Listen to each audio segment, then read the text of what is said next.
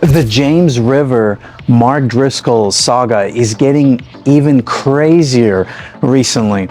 If you guys haven't heard, there was this huge men's conference event at James River Church. The famous church invited Bill Johnson in Missouri to speak, and then they changed the whole theology of the pastor, John Lindell, which I used to be under. I used to serve there in that church a few years back and had a lot of friends and still have friends there. And unfortunately, Pastor John Lindell, when he invited Alex Magala, the ex-stripper, current sword swallower, to their men's conference, it caused a huge issue where Mark Driscoll, who also fell from grace because of his problems in ministry, he called out James River for hosting this sword stripping event, which didn't really belong in a church. But after all that happened and James River Church blew up, Pastor John Lindell didn't really apologize for what happened. Instead of creating peace between what happened and how many people were split at that men's conference and how he shut down Mark Driscoll from speaking because it was a public event, John Lindell has even went further into pride.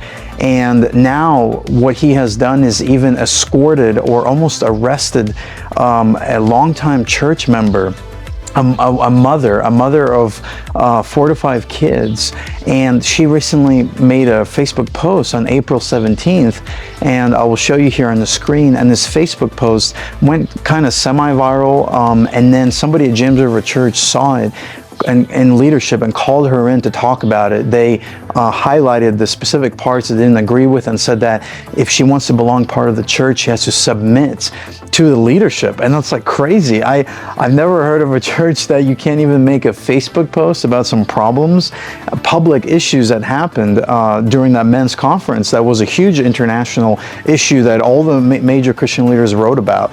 Apparently this woman, this mother of 5, who herself, she states that she's just a regular mom and she didn't want any notoriety or any problems after this Facebook post. She just expressed her feelings about this whole situation and how John Lindell is not really apologizing and other things. And so she got caught by these cops that were hired by James River Church, because when I used to go there, you know, big mega churches, they hire cops to make sure that no problems happen at the church, which is fine. But some people with security at James River Church escorted her with the cops, and they threatened to arrest her. And I couldn't believe it when I heard this audio. I couldn't believe it. And right now I'm going to play that audio so that you guys understand the full story behind this mother that was almost pretty much arrested on Mother's Day. That's another crazy factoid about this whole event, is that longtime James River Church member made a Facebook post expressing her opinions about the whole men's conference, and then she got told that if she didn't remove certain parts because they didn't agree with John Lindell's pride, that she was going to be escorted and arrested by the police.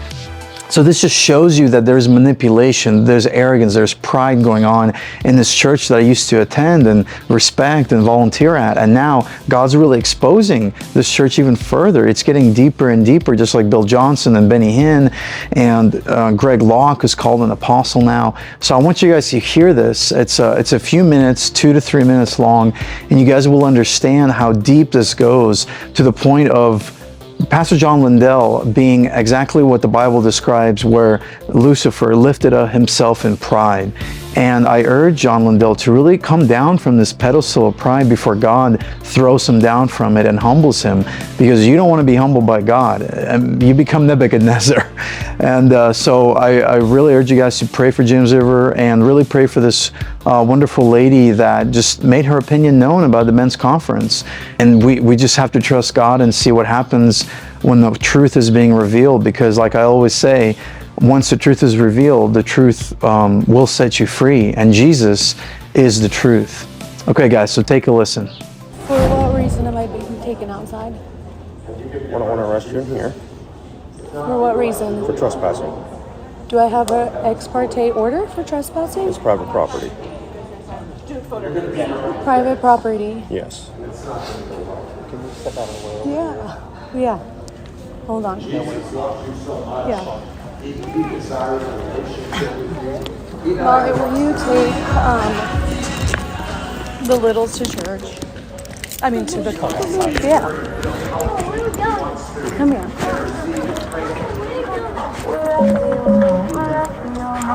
So I guess it's my understanding that they told you not to come to any of the campuses then?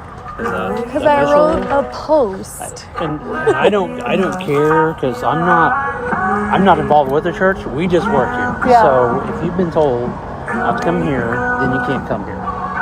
And Is the church not a public venue? Walmart can do the same thing. You can walk into Walmart and they can say, "Hey, ma'am, I don't want you here." They can trespass you and say, "Do not come back here." Any public place can do that.